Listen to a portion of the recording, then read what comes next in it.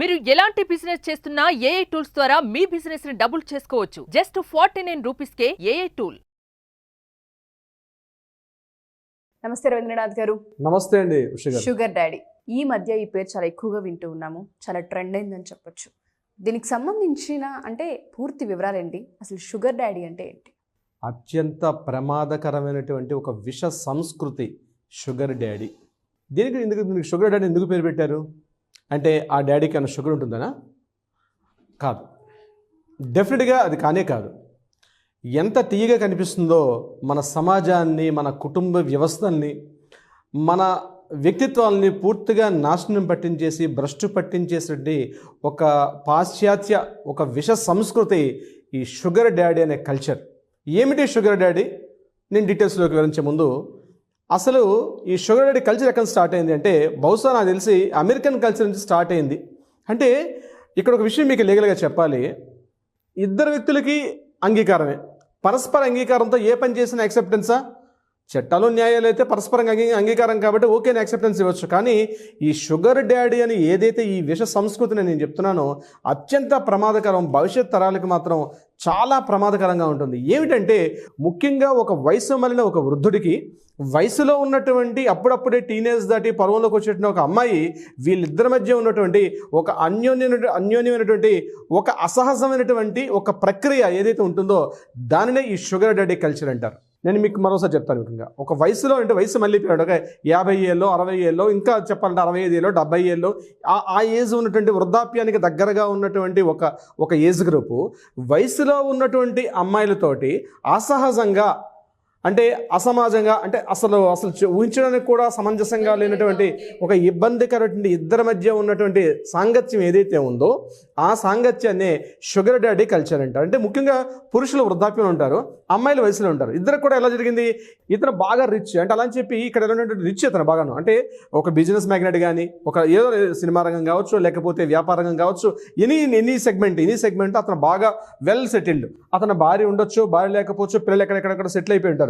ఇటువంటి సమయంలో ఈమె యొక్క కొన్ని అవసరాలు, శారీరక అవసరాలు కావచ్చు, కొన్ని ఆర్థిక అవసరాలు కావచ్చు, సమాజంలో ఉన్నటువంటి సోషల్ స్టేటస్లో ఈరోజు తమకు ఉన్నటువంటి అవసరాలు కావచ్చు, ఈ అవసరాలకు అనుగుణంగా వీళ్ళిద్దరి మధ్య ఒక రిలేషన్షిప్ ఏర్పడుతుంది. అంటే ఏంటి? ఈ అమ్మాయి అతను దగ్గరగా అంటే తండ్రి వయసుతో కలిగినటువంటిదో, ఒక బాబాయ్ వయసుతోటో, ఒక పెదనాన్న వయసు కలిగిన వ్యక్తితోటి ఒక శారీరక సంబంధాన్ని కలిగి ఉండడం కానీ వీళ్ళిద్దరి మధ్య కనిపించేది ఏంది?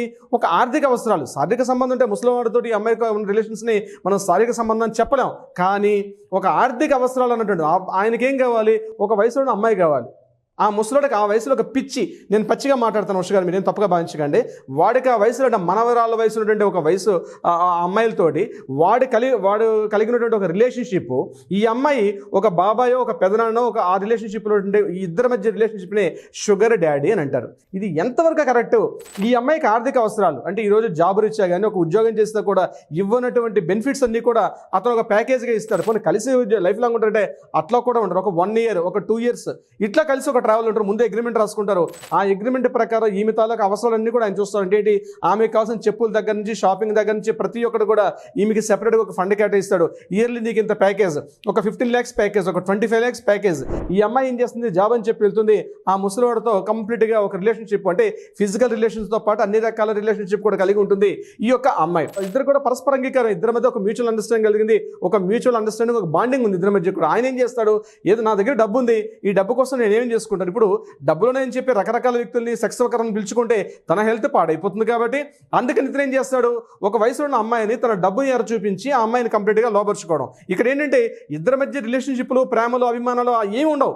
ఇద్దరి మధ్య ఎటువంటి రిలేషన్షిప్ కూడా ఉండదు. కేవలం పనిచేసిందంతా కూడా ఒక ఆర్థిక అవసరాలు, ఒక ట్రంప్ కార్డు, ఒక మెడలో ఉన్నటువంటి ఒక ట్యాగ్ కార్డు ఏంటి? ఈ అమ్మాయికి డబ్బులు కావాలి, వాడికి ఒక శారీరక వాంఛ కావాలి, ఆ ముసలోడికి శారీరక వాంఛ కావాలి. అంటే ఫిజికల్ టచింగ్స్ కావచ్చు, మరొకటి కావచ్చు, ఎక్స్ట్రా వైజెడ్. ఆ అమ్మాయి ఈ అబ్బాయి ఇతను ముసలోడు ఎక్కడికి వెళ్తే బాంబే, ఢిల్లీ, హైదరాబాద్, మిగిలిన ఎక్కడ కొచ్చిన్ వెళ్తే వ్యాపార నిమిత్తం ఈ అమ్మాయి కూడా వాడితో పాటు కంప్లీట్గా ట్రావెల్ చేయాలి. ఎక్కడికి కావాలంటే ఒక పెట్ లాగా ఖచ్చితంగా ట్రావెల్ చేస్తుంది, ఖచ్చితంగా సరెండర్ అయిపోవాలి. ఆయన ఏం చెప్పిన 2 years పాటు మిడ్ నైట్ కావచ్చు, మార్నింగ్ కావచ్చు, ఈవినింగ్ కావచ్చు, అతను చెప్పినటువంటి అన్ని రకాల రిలేషన్షిప్ కూడా ఈమె యాక్సెప్టెన్స్ ఇవ్వాలి.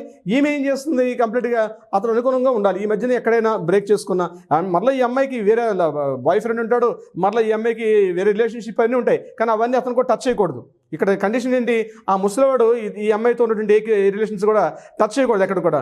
ఈ అమ్మాయి ఎక్కడున్నా, ఈ ముసలివాడు ఎక్కడ పోతున్నా, ఈ అమ్మాయి ఆయనతో పాటు ట్రావెల్ చేయాలి. ఆయన యొక్క శారీరక అవసరాలతో పాటు అన్ని రకాల ఒక వైఫ్కి మించి, ఆ వైఫ్ అనే పదం చాలా తప్పు, దానికి ఈ మధ్య రోజుకి ఆ పదం యొక్క విలువ పోతుంది కాబట్టి అంతకు మించి అనే పదం వాడాను. అంటే ఏంటి, వైఫ్ అయినా కొన్ని ఒక నియమాలు ఉంటాయి, ఇక్కడ ఒక లిమిటేషన్స్ ఉంటాయి. ఈమె లిమిటేషన్స్ అంటే ఏముండదు, లేకుండా వ్యవహరించడం అనే చెప్పొచ్చు. ఎగ్జాక్ట్లీ. వీళ్ళిద్దరి మధ్య ఒక బాండింగ్ ఎలా ఉంటుందంటే, కలిసి కంప్లీట్గా తిరుగుతారు, ఆ ముసలివాడు హ్యాపీగా ఎంజాయ్ చేస్తారు.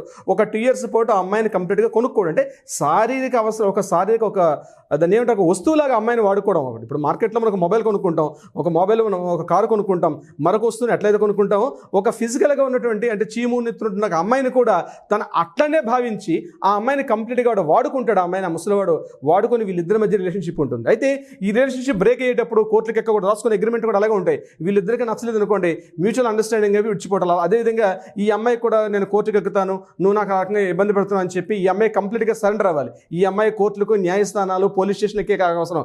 ఈ అమ్మాయి ఉండదు. అట్ ద సేమ్ టైం కూడా అతను ముసలాడు కూడా ఈమె తలక పర్సనల్ ఇంటిమేసీలో ఎక్కడ కూడా ఈమె యొక్క పర్సనల్ విషయాల్లో కూడా వెళ్ళడానికి వీల్లేదనమాట. సో ఇద్దరు ఒక లిమిటేషన్స్ రాసుకుంటారు, ఇద్దరు పరస్పర అంగీకారంతో ఒక MOU రాసుకుంటారు. ఈ MOU ఇద్దరు కలిసి ట్రావెల్ చేస్తుంటారు. ఒక 1 year, 2 years, 3 years కలుస్తారు. ఇక్కడ మళ్ళీ వాళ్ళకి అంటే పిల్లలు పుట్టకుండా అన్ని రకాల ఆ ఏర్పాట్లు అన్ని వాళ్ళు తీసుకుంటారు. ఈ రకంగా వీళ్ళిద్దరి మధ్య ఒక బాండింగ్, దిస్ ఇస్ కాల్డ్ ఒక షుగర్ డాడీ. ఇటీవల కాలంలో వెస్టర్నైజేషన్ బాగా అయిపోవడం వల్ల, మోడర్నైజేషన్ పెరిగిపోయాం, మేము చాలా పెద్దగా తెలుసుకున్నాం అని చెప్పి ఇక్కడ ఎవరిని కించపరచాలి? ఇప్పుడు చట్టాలు, న్యాయాలు, కోర్టులో ఉన్నటువంటి పక్కన పెడితే సమాజానికి కూడా ఈ సంస్కృతి చాలా చెడ్డదే. కానీ చెప్పేది ఎవరికెవరు వ్యక్తిగతంగా ఆలోచించుకొని ఇది కరెక్టా కాదని ఆలోచించుకోవాలి తప్పించి డబ్బు అన్నదే ప్రధాన హేతు అయిపోయి జీవితంలో డబ్బే ప్రధానం. ఈ రోజు ఉన్నటువంటి మా శారీరక వాంఛలు, డబ్బే మాకు ప్రధానం. పూర్తిగా చార్వాకులు అనేవారు వేదకాల ప్రక్రియలో చార్వాకులు అని అంటారంటే మా ఇష్టం వచ్చింది మేము తింటాం, మేము తాగుతాం, మేము తిరుగుతాం, ఏ వ్యక్తి ఏ ఏజ్ వాళ్ళతో మేము కలిసి హ్యాపీగా తిరుగుతాం, తింటాం. చిన్నపిల్లలు లేరు, పెద్దవాళ్ళు లేరు, మాకు శారీరక అవసరాలు, ఈరోజు మా వాంఛలు పెరిగిపోయి ఎవరితోనైనా కలిసి ఉంటాం అన్నటువంటి ఒక విచిత్రటువంటి ఒక విష సంస్కృతి ఈ షుగర్ డాడీ కల్చరు. ఇది తొందరగా మన సమాజం పోవాలని కోరుకుంటున్నాం. ఖచ్చితంగా ఇటీవల కేసులు కూడా అవే కనిపిస్తూ ఉన్నాయి. దీనికి సంబంధించి అనేక చోట్ల వయసు ఉన్న అబ్బాయి, మీరు ఎయిర్పోర్ట్కి వెళ్తే బహుశా మనవరాలు కలిసి వెళ్తున్నారు అనుకుంటాం. మనం చూసి ఎయిర్పోర్ట్లో చూస్తే వాళ్ళే కనిపిస్తున్నారు, రైల్వే స్టేషన్ చూస్తే వాళ్ళే కనిపిస్తారు. బహుశా ఏ మనవరాల్లో మనవడితో ఒక తాతయ్య వెళ్తున్నారు అనుకుంటాం. కానీ ఈ చూస్తున్న ఈ దుష్ట కల్చర్ నిజంగా ఉష గారు అసలు మాట్లాడుకోవడానికి అత్యంత హేయంగా, అత్యంత జుగుప్సాకరంగా ఉందనడంలో ఎటువంటి సందేహం లేదండి. మీరు అన్నది నిజం. అసలు ఈ షుగర్ డాడీ అన్న కల్చర్ ఏంటో అర్థం కాని పరిస్థితి. అతి త్వరగా దీన్ని అరికట్టాలని భావిద్దాం. Thank you sir, thank you so much. Thank you so much అండి.